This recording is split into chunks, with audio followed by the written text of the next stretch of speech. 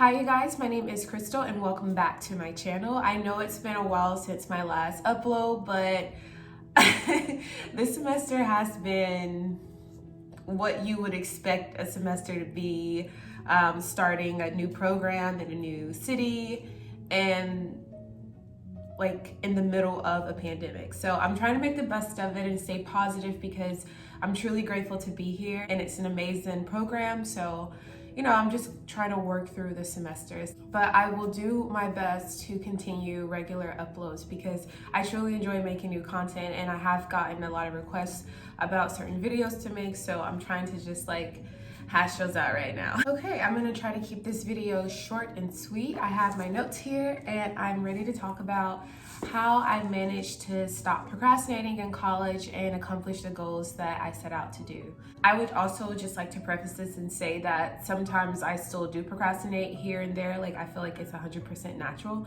but the main thing is just to recognize when you're doing it. In short, procrastination is the action of delaying or postponing something. So I think this is important because one of the first things you want to do is actually recognize when you are procrastinating. Sometimes you're actually taking a mental break, and that's not really procrastination. That's just you taking care of yourself so that you can continue to be a great student or person or whatever. I have 3 separate tips on how I beat procrastination in college and something I go back to whenever I feel myself slipping back into that mindset. My first tip would be to develop a plan. Now, this is important because how do you know when you're putting something off if you can't remember exactly when it's due? I purchased a planner. I purchase one every year and they're like $8 at TJ Maxx, and it kind of helps me keep that plan, and so I can see what assignments I have for a week out, even a month out. If I'm feeling extra ambitious, I'll plan even 2 months out. The planner was an important piece because once I developed my plan, once I actually saw my plan on paper, it helped me become a better student. And when I say develop a plan, I usually have 2 goals in my plan. I have a long-term goal and I also have a short-term goal. So this long-term goal is usually to graduate within a certain amount of time, or to finish the semester with these grades, or to learn this new skill set. For example, when I was getting my MPH, I knew I wanted to graduate within a year and a half. However, to do that, I had to complete 45 credits, including a practicum in CE.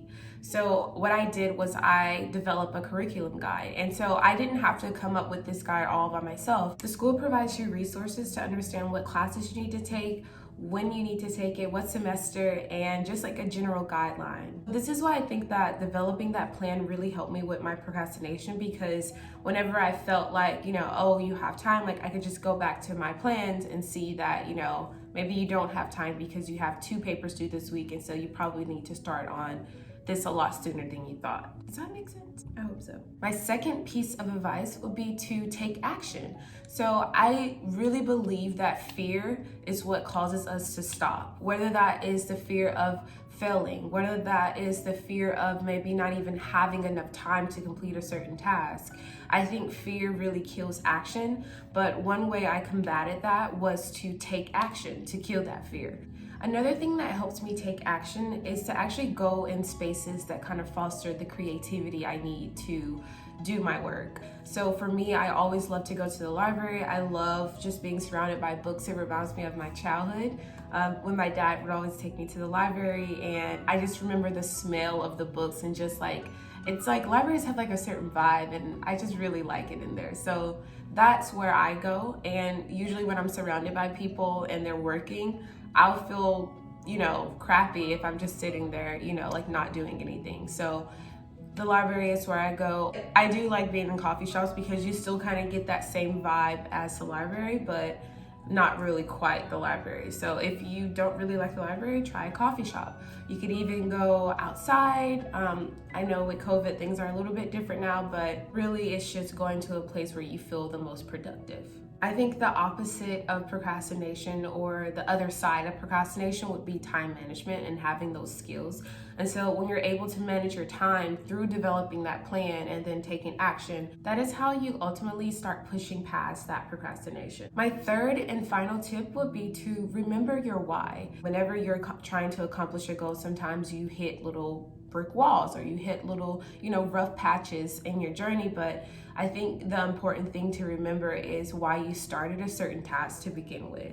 I think the mind wants you to kind of give up and quit when things get tough, but something that kind of helped me move past that is remembering my why. And when I can't motivate myself enough, I watch motivational videos on YouTube. Like, I have no shame. I'll actually link one of my favorite videos below.